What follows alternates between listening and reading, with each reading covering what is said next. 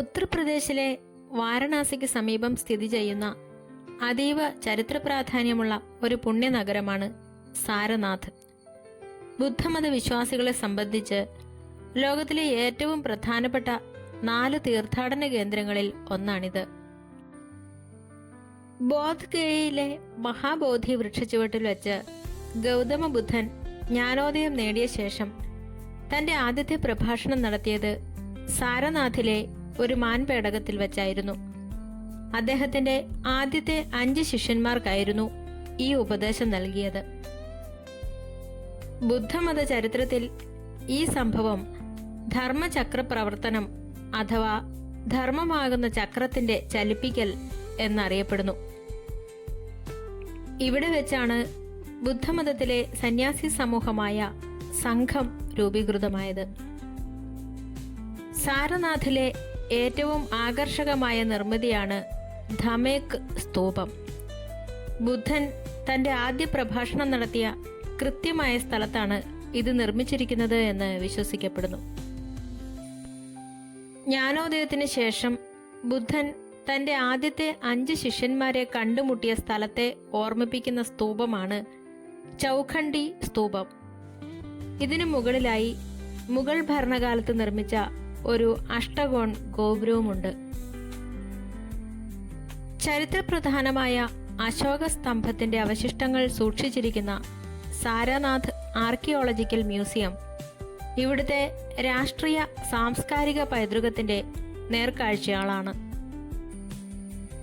യുനെസ്കോയുടെ ലോക പൈതൃക പട്ടികയിലേക്ക് ഈ പ്രദേശം നാമനിർദ്ദേശം ചെയ്യപ്പെട്ടിട്ടുണ്ട്.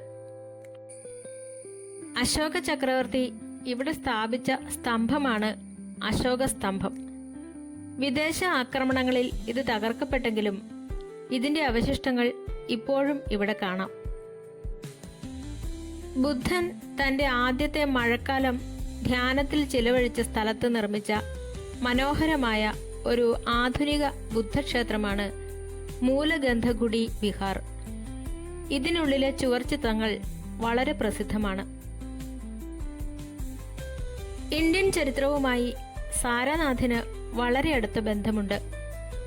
സാരനാഥിലെ അശോക സ്തംഭത്തിന്റെ മുകളിലുണ്ടായിരുന്ന 4 സിംഹങ്ങളുടെ ശില്പമാണ് ഇന്ത്യയുടെ ദേശീയ ചിഹ്നമായി രാജ്യം സ്വീകരിച്ചിരിക്കുന്നത്.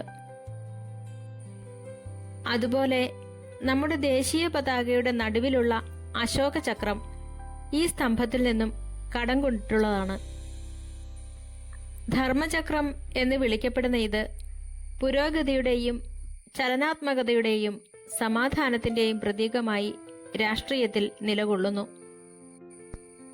നിയമവാഴ്ചയെയും ധാർമ്മിക മൂല്യങ്ങളെയും അടിസ്ഥാനമാക്കിയുള്ള ഒരു ഭരണകൂടത്തെയാണ് ഇത് ഓർമ്മിപ്പിക്കുന്നത്.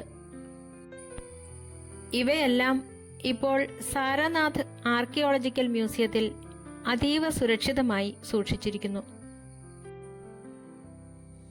ഇന്ത്യയിൽ ആദ്യമായി ഒരു കേന്ദ്രീകൃത ഭരണ സംവിധാനം കൊണ്ടുവന്ന മൗര്യ സാമ്രാജ്യത്തിന്റെ രാഷ്ട്രീയ കേന്ദ്രങ്ങളിൽ ഒന്നായിരുന്നു സാരനാഥ്. അശോക ചക്രവർത്തി കലിംഗ യുദ്ധത്തിന് ശേഷം യുദ്ധത്തിന്റെ പാത വെടിഞ്ഞ് സമാധാനത്തിന്റെയും ധർമ്മത്തിന്റെയും വഴി സ്വീകരിച്ചത് ഇവിടെ നിന്നുള്ള ബുദ്ധചിന്തകളുടെ സ്വാധീനത്തിലാണ്. ക്രൂരതയിൽ നിന്ന് ജനക്ഷേമ ഭരണത്തിലേക്കുള്ള ഈ രാഷ്ട്രീയ മാറ്റം ആധുനിക ഇന്ത്യൻ ഭരണഘടനയുടെ സമാധാനപരമായ നയങ്ങൾക്ക് അടിത്തറയിട്ടു. ബുദ്ധമതത്തിന് പുറമെ ജൈനമതക്കാർക്കും സാരനാഥ് പുണ്യസ്ഥലമാണ്. ഇവിടുത്തെ സിംഹപുരി എന്ന ഗ്രാമത്തിലാണ് 11ാമത്തെ ജൈന തീർത്ഥങ്കരനായ ശ്രേയാംസനാഥൻ ജനിച്ചതെന്ന് വിശ്വസിക്കപ്പെടുന്നു. സാരനാഥ് ആത്മീയമായും സാംസ്കാരികമായും ഇന്ത്യൻ ചരിത്രത്തിലെ ഏറ്റവും പ്രധാനപ്പെട്ട തീർത്ഥാടന കേന്ദ്രങ്ങളിൽ ഒന്നാണ്.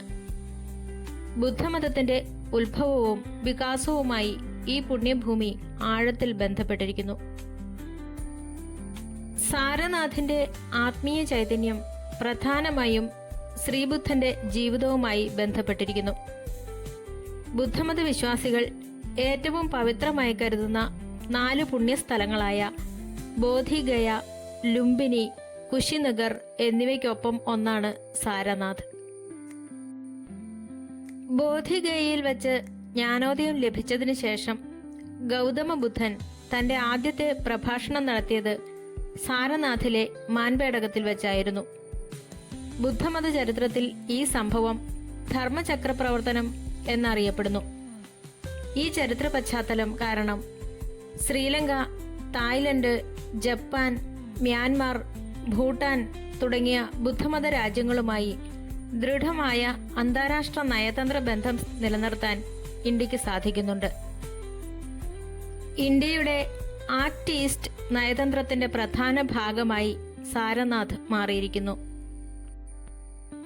തന്റെ ആദ്യ പ്രഭാഷണത്തിലൂടെ ബുദ്ധൻ പഞ്ചവർഗ ഭിക്ഷുക്കൾ എന്നറിയപ്പെടുന്ന 5 സന്യാസിമാരെ തന്റെ ശിഷ്യന്മാരാക്കി മാറ്റുകയും ആദ്യത്തെ ബുദ്ധസംഘം രൂപീകരിക്കുകയും ചെയ്തു. ദുഃഖം, ദുഃഖകാരണം, ദുഃഖനിവാരണം, ദുഃഖനിവാരണ മാർഗം എന്നീ പ്രശസ്തമായ ചതുരാര്യ സത്യങ്ങളെക്കുറിച്ച് ബുദ്ധൻ ആദ്യമായി ലോകത്തോട് സംസാരിച്ചതും ഇവിടെ വെച്ചാണ്. സാരനാഥ് കേവലം ഒരു മതകേന്ദ്രം മാത്രമല്ല, മറിച്ച് ഇന്ത്യയുടെ കല, വാസ്തുവിദ്യ, ദേശീയ സ്വത്വം എന്നിവയെ രൂപപ്പെടുത്തിയ ഒരു സാംസ്കാരിക കേന്ദ്രം കൂടിയാണ്. ഗുപ്ത സാമ്രാജ്യത്തിന്റെ കാലത്ത് സാരനാഥ് കേന്ദ്രീകരിച്ച് ഒരു സവിശേഷ ശില്പകലാ ശൈലി രൂപപ്പെട്ടു. ഇവിടെ നിർമ്മിക്കപ്പെട്ട ശാന്തവും മനോഹരവുമായ ബുദ്ധവിഗ്രഹങ്ങൾ ലോകമെമ്പാടുമുള്ള ബുദ്ധമത കലയെ വലിയ രീതിയിൽ സ്വാധീനിച്ചിട്ടുണ്ട്.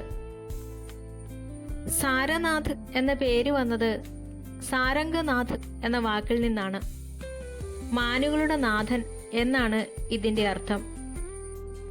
ശ്രീബുദ്ധൻ മുജ്ജന്മത്തിൽ ഒരു മാനായി ജനിച്ചുവെന്ന ബോധിസത്വ കഥയുമായി ഈ സ്ഥലനാമം ബന്ധപ്പെട്ടിരിക്കുന്നു. ഇന്നും ജപ്പാൻ, ശ്രീലങ്ക, തായ്ലൻഡ്, ടിബറ്റ് തുടങ്ങിയ നിരവധി രാജ്യങ്ങളിൽ നിന്നുള്ള സഞ്ചാരികൾ സാരനാഥിൽ ബുദ്ധക്ഷേത്രങ്ങളും ആശ്രമങ്ങളും നിർമ്മിച്ച് ആരാധന നടത്തുന്നു. സമാധാനത്തിന്റെയും അഹിംസയുടെയും ആഗോള പ്രതീകമായി സാരനാഥ് നിലകൊള്ളുന്നു.